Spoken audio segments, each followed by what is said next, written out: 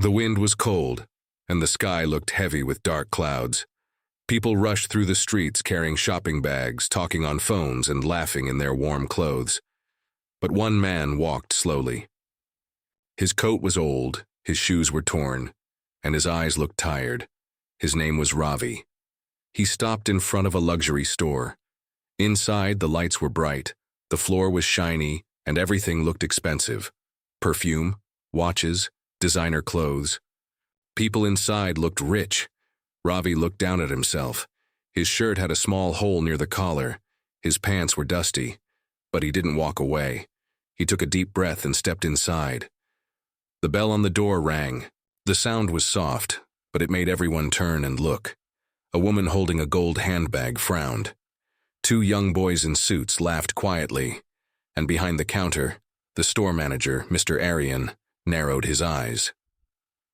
Ravi walked slowly toward a glass shelf. He looked at a small bracelet. It had a simple heart design. His fingers touched the glass gently. Aryan leaned toward his staff and whispered, "Watch him. He looks like a thief." One of the girls at the counter said softly, "Sir, maybe he's just shopping." Aryan didn't listen. He walked toward Ravi with a fake smile. "Excuse me, sir," Aryan said loudly so everyone could hear. "Can I help you?" Ravi smiled kindly. "Yes, I was looking at this bracelet. How much is it?" Aryan looked him up and down. "It's expensive. I don't think this is your kind of place." A few people giggled. Ravi's smile faded, but he stayed calm. "I didn't ask for your opinion," he said quietly. "Just the price." Aryan's face changed. He stepped closer. "Sir, we don't allow window shoppers to touch items. You can leave now." Ravi looked around. Everyone was staring. His hands shook a little. He placed the bracelet down carefully. "I just wanted to buy a gift," he said. Aryan's voice turned cold. "Sir, I'm asking you to leave. We have real customers here." One woman nodded and whispered, "Good, he doesn't belong here." A security guard appeared behind Ravi. "Sir, please step outside." Ravi looked down at his shoes, wet from walking in rain, torn at the sides. Maybe he did look like someone who didn't belong. He gave one last look at the bracelet. Then he turned around. He walked toward the door, slow and quiet. The bell rang again, but before stepping out he stopped. He turned to Aryan and the crowd watching him. "I'll be back," he said calmly. "And when I return, you won't forget me." No one took him seriously. Aryan laughed. "Sure, sir. Come back in a Rolls-Royce next time." Ravi walked out. The door closed behind him. The cold wind hit his face again, but this time there was fire in his eyes. Inside the store, Aryan shook his head. These poor people, always dreaming. But what Aryan didn't know was this: Ravi was not an ordinary man, and his story was far from over. 2 days passed. The luxury store was busy again. Customers came and went, laughter echoed, and expensive items changed hands. But one thing remained the same: Manager Aryan's pride. He still told the story of how he handled a poor man trying to shop in his store. "He looked like a beggar," Aryan said, laughing with a group of regular customers. "Torn shoes, dusty pants, and he thought he could afford something here." The staff giggled, but one young girl, Nina, who worked at the counter, didn't laugh. She remembered Ravi's calm voice. "I'll be back, and you won't forget." Something about his eyes had stayed with her. They were not the eyes of a man who begged. They held pain, but also something else: strength. That evening, as the store lights dimmed and the last customer left, Nina stood by the window and watched the road. The wind had picked up again. Leaves flew past the glass, and for a second she thought she saw someone standing across the street, watching. But when she blinked, the figure was gone. Elsewhere, across the city, Ravi sat in a small room above an old garage. The place was quiet, and the light bulb flickered above his head. He opened a wooden box and pulled out something most people wouldn't expect: a golden business card. It had a single name: Ravi Malhotra, founding partner, RM Holdings. Years ago, Ravi had built a company from scratch. He used to be rich, but he trusted the wrong friend and lost everything in one night. His house, his name, even his dignity. He disappeared from the business world. People thought he was dead or in hiding, but Ravi hadn't disappeared. He had just gone quiet until now.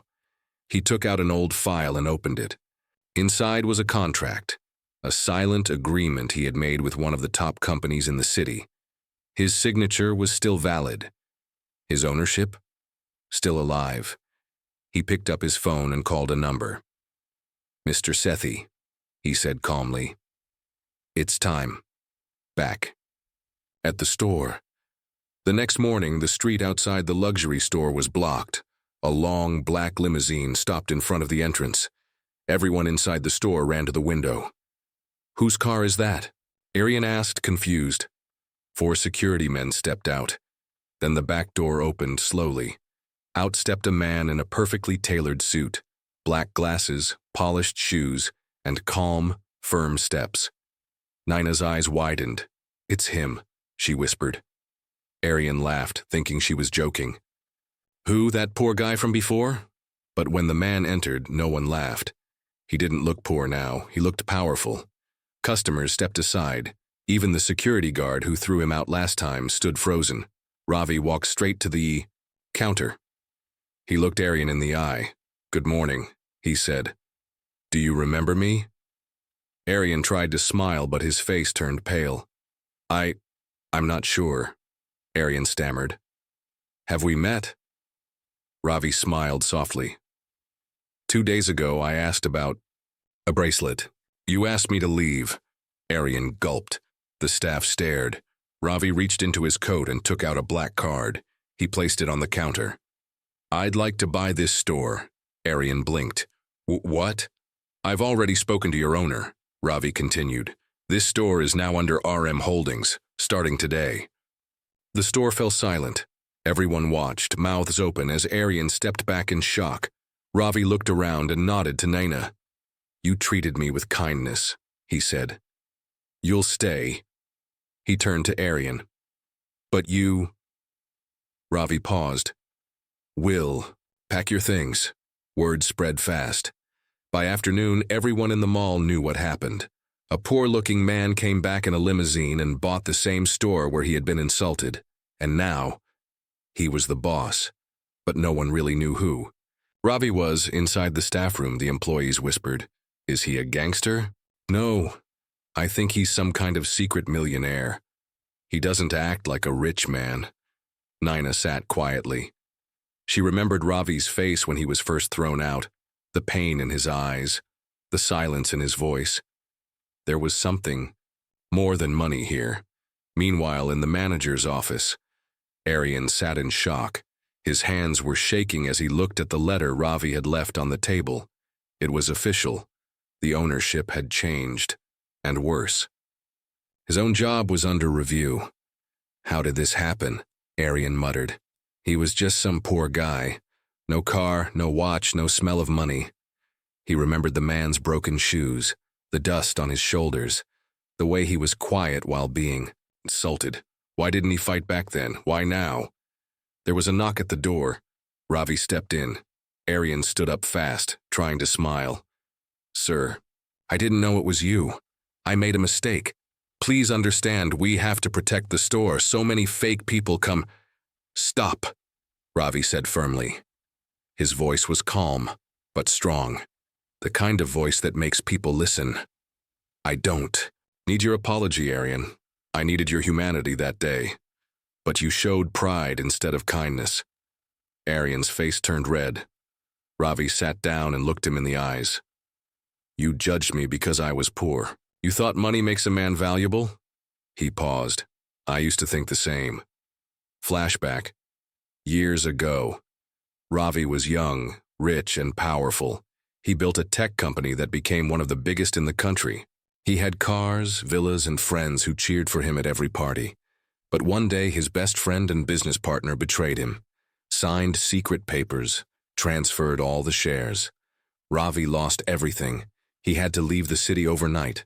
No home, No money, no friends, just silence. He worked small jobs, slept in stations, ate from roadside stalls, but he never lost two things, his dignity and his dreams. And now, he was back. Present day.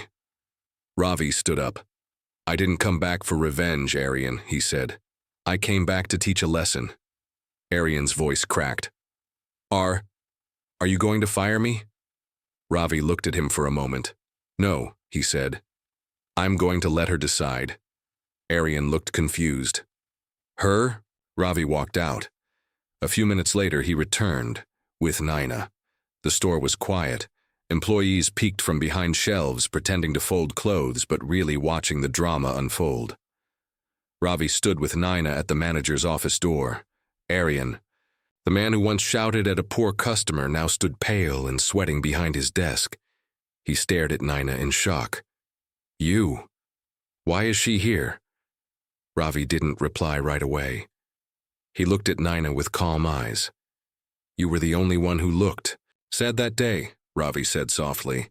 Not because I was thrown out, but because you knew it was wrong. Naina lowered her eyes.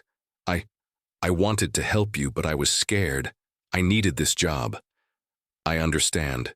Ravi nodded. That's why I'm giving you the power to choose. Aryan's voice broke in. What? She's just a junior employee. Ravi turned to him sharply. Exactly. She's at the bottom, just like I was that day. Maybe she'll see things more clearly than you ever could. Naina's dilemma. Naina's heart pounded. She had never been given such power. She was just a girl from a simple family. This job was her first big step in life. And now, the man who insulted both her and the customer was waiting for her judgment. She looked at Aryan. I remember that day clearly, she said. You shouted at him in front of everyone. You didn't even ask why he came in. Aryan tried to speak, but she raised her hand. Then you mocked his clothes. You laughed when he said he just wanted to buy a gift. She turned to Ravi. But what if he was just a normal man that day? Not a secret billionaire? Ravi nodded. Then maybe your manager would have won. Naina took a deep breath. I don't believe in revenge, but I believe people must learn. She looked straight at Aryan. I say, don't fire him. Make him work under me. Let him learn what it feels like to be treated like less. The room went silent.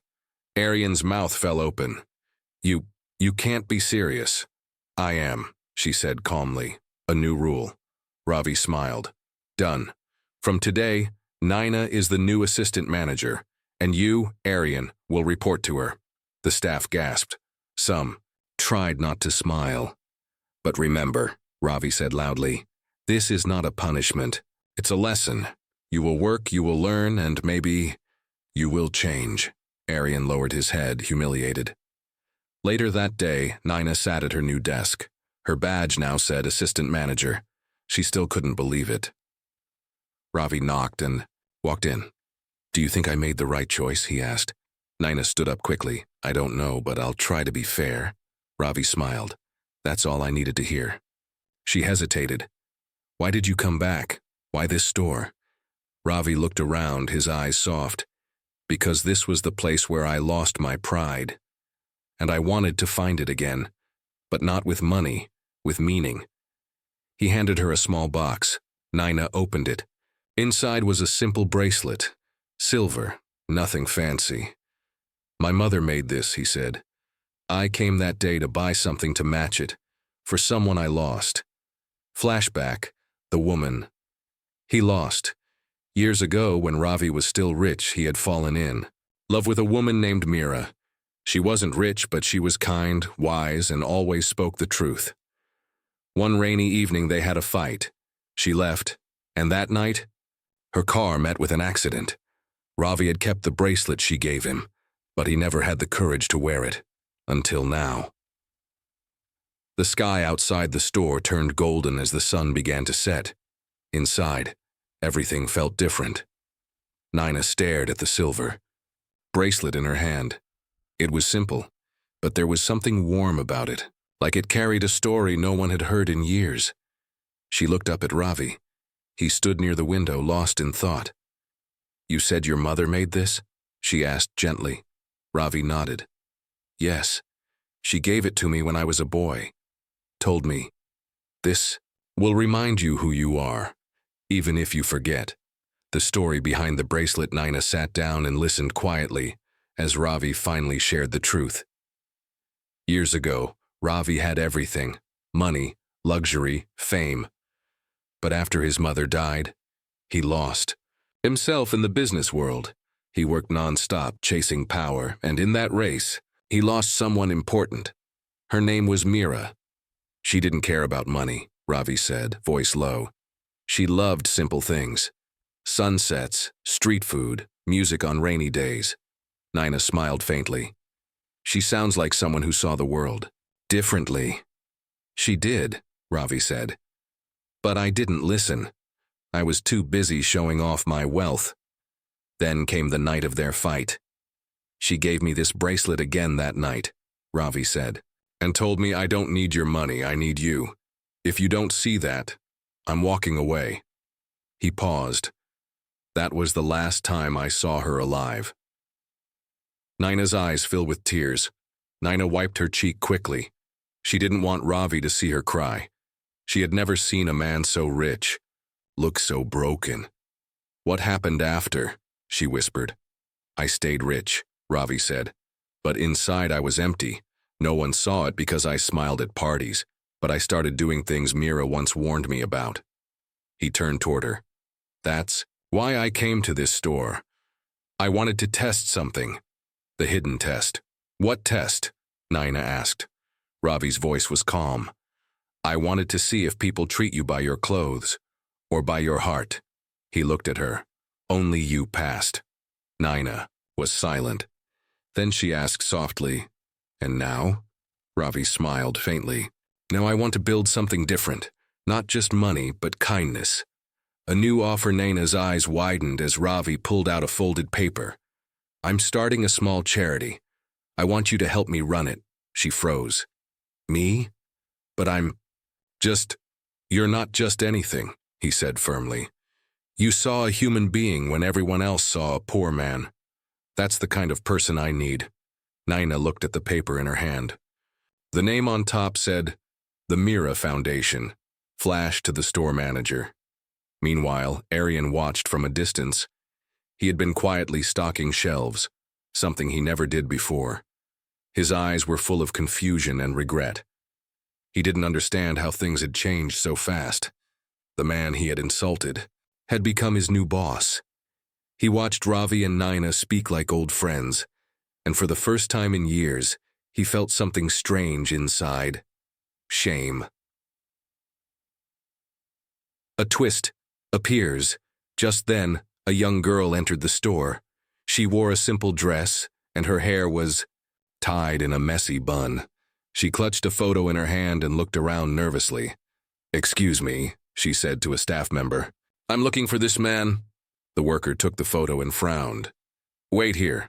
A moment later, Nina walked up and looked at the photo. Her eyes widened. It was a picture of Ravi, but much younger, standing beside Mira.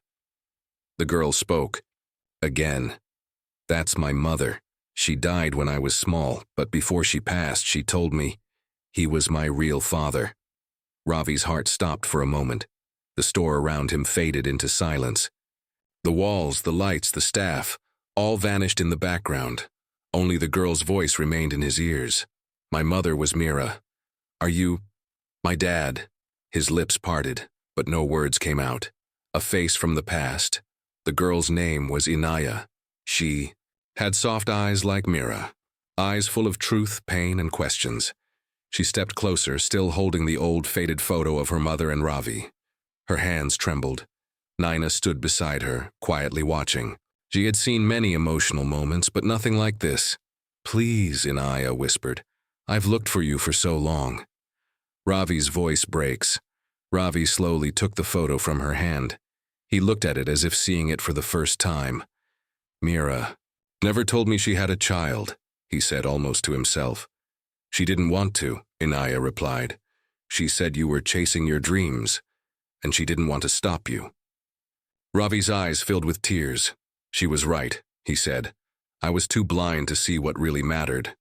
A memory returns. Ravi remembered a day, long ago.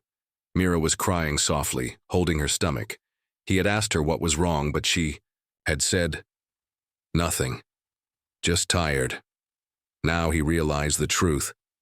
She was pregnant, and he never knew. Truth and tears. "Where have you been all these years?" Ravi asked, his voice cracking. "In an orphanage first," Inaya said. "Then a foster home. I was never adopted. Mira passed when I was 5. Ravi fell to his knees. "I failed both of you," he said, tears running down his face. "You were out there, alone, while I lived in mansions." Nina gently touched his shoulder. "It's not too late, Ravi." Aryan watches in shock across the store. Aryan, the manager, peeked from behind a display shelf. He had heard everything. First, Ravi returned in a limousine. Then, he offered Nina a powerful role in his charity. Now this. The man had a daughter. Aryan clenched his jaw. Jealousy burned inside him. "Why does someone like him get all this?" he muttered. But deep inside, even Aryan knew. He had judged Ravi too soon. A special gift. Ravi stood and held Inaya's hands. He looked into her eyes and said, "From today, you will never be alone again." He took off his mother's bracelet and placed it on Inaya's wrist. "She would have loved you," he whispered. Inaya wiped her tears and smiled. "I already feel like she's here." A media surprise. Just as things calmed, a soft chime echoed. At the entrance, a group of reporters stood outside the glass door. Cameras clicked. "Mr. Ravi Kapoor," one of them shouted. "Is it true you've been working undercover?" Ravi stepped forward. "How did they find me?" he whispered. A security guard approached and handed him a note. He opened it. "Now you know how it feels to be judged." He looked at Aryan, who turned away. Ravi's eyes narrowed, but he didn't say anything. A public statement. Ravi opened the doors and faced the press. "Yes," he said clearly. "I walked into this store in torn shoes to test how people are treated when they seem poor." The cameras flashed. "Only one person saw my humanity," he added, looking back at Nina. "And because of that, she now leads my new foundation." He pulled Inaya beside him. "And this is my daughter, the greatest gift life ever gave me." The crowd went silent. Even Aryan couldn't speak. Ravi sat in silence inside the limousine. The photo in his hand shook slightly. His father, the man he thought had died 30 years ago. But now, someone had slipped him a message. "He's still alive, and he wants to see you." Nina sat beside him, worried. Inaya clutched his hand tightly. "Do you want to go?" she asked gently. Ravi nodded. "I have to." A broken past. Ravi had always believed his father was gone. He was just a boy when his mother told him, "Your father left us. He died in an accident." He had cried for nights. He blamed himself, thinking maybe he was the reason his father disappeared. But now, all that pain came back. Had his mother lied? Why would his father return now? The hidden village with the address from the envelope. Ravi traveled to a small village 3 hours away. The limo couldn't drive through the narrow roads, so he walked with Nina and Inaya through mud paths and quiet fields. Finally, they reached a small, broken-down house. A man sat on the porch feeding birds. His hair was gray, his hands old and wrinkled. When he looked up, Ravi stopped breathing. They had the same eyes. A silent moment. The man slowly stood. He dropped the food in his hand. "Ravi?" he whispered. Ravi's throat tightened. "Baba?" They stared at each other for a long moment. Then, the man stepped forward and hugged his son tightly. Years of pain, distance, and unanswered questions melted in that one hug. Inaya and Nina wiped their eyes. The truth revealed. They sat together under the old tree beside the house. Ravi's father, Raghav, began to speak. "I didn't die, son. I was forced to leave." Ravi frowned. "Forced?" Raghav nodded. "I was framed for a crime by your uncle. Your mother believed him. She asked me to leave, or face jail." Ravi's hands turned into fists. "I grew up thinking you were dead. I watched you from far," Raghav said, tears in his eyes. I saw you become a man, a good man. A full circle that evening. Ravi brought Raghav home. The staff at the mansion was shocked. So was Aryan, the store manager, who had been summoned for one last meeting. Ravi sat in front of Aryan with his father beside him. I was judged because of my clothes. You didn't see the man I was, just the shoes I wore, Ravi said. Aryan bowed his head in shame. I was wrong, he whispered. I let pride blind me. An unexpected decision. Ravi stood. I believe people can change, he said. So here's what I'll do. He handed Aryan a letter. You're not fired, he said. But starting tomorrow, you'll work in my foundation. Not as a manager, but as a helper. You'll serve the same poor you once laughed at. Aryan looked up, stunned. You're giving me a second chance? Yes, Ravi replied. Because someone gave me one too. The grand opening a month later, Ravi launched the Mira Foundation, named after Inaya's late mother. The goal was simple, to help the poor, the forgotten, and the judged. On opening day, reporters gathered again. They watched as Ravi stood on stage with Inaya, his daughter, now studying music. Aina, the girl who showed him kindness when no one else did. Raghav, his long-lost father, smiling with pride. Ravi spoke into the mic. I came into a store once, hoping to buy a small gift. I was thrown out because I looked poor. But now, I know. Sometimes life's biggest blessings come when people look down on you. The crowd clapped. Final twist. Suspense ending. As the crowd left, Ravi stood alone for a moment thinking. Suddenly, a soft voice behind him whispered, You don't know me, but I know your daughter. And she's not who you think she is. Ravi turned sharply.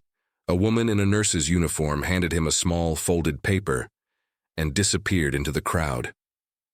He opened it slowly. It had one sentence. Inaya was adopted.